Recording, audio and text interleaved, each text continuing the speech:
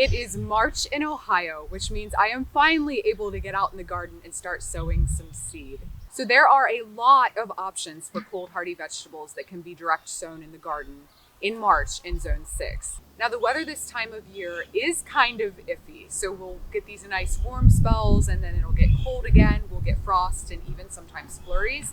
But I like to use row covers to just provide some extra protection for a lot of the crops that I sow this time of year, because then I'm able to ensure that my tender young seedlings aren't getting killed by freezing temperatures, and it allows me to get that much earlier of a jump start on my harvest. So let's take a look at what's being sown specifically right now. Now is the time for all the leafy greens.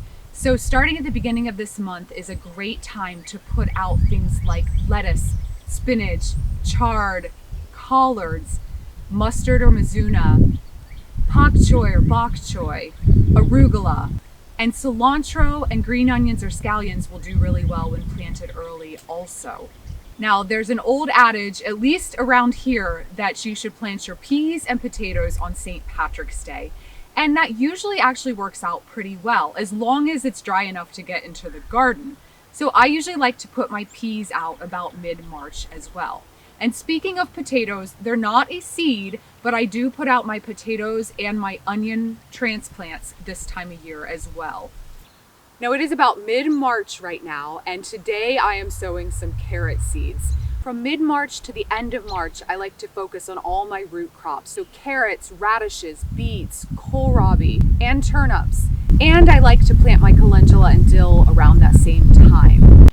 There are still plenty of seeds that can be sown indoors in March as well. I like to kick off the month by sowing my artichoke seeds, followed in early to mid-March by my bulb fennel.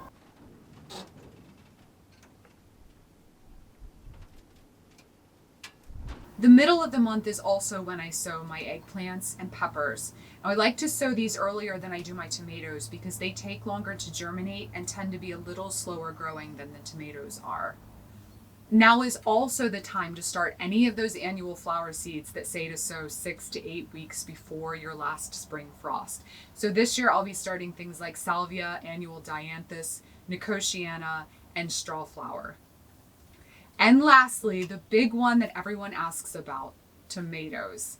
Now I know plenty of folks that start their tomatoes in March, and that works perfectly fine, especially if you're growing some of the older, less vigorous varieties. However, I have found that waiting to the 1st of April has actually worked out better for me. But you have to wait till next month's episode to find out why. But in the meantime, be sure to subscribe to my channel, Growfully with Jenna, so you can catch next month's episode of What to Sow When. Thanks for watching, and I'll see you next time.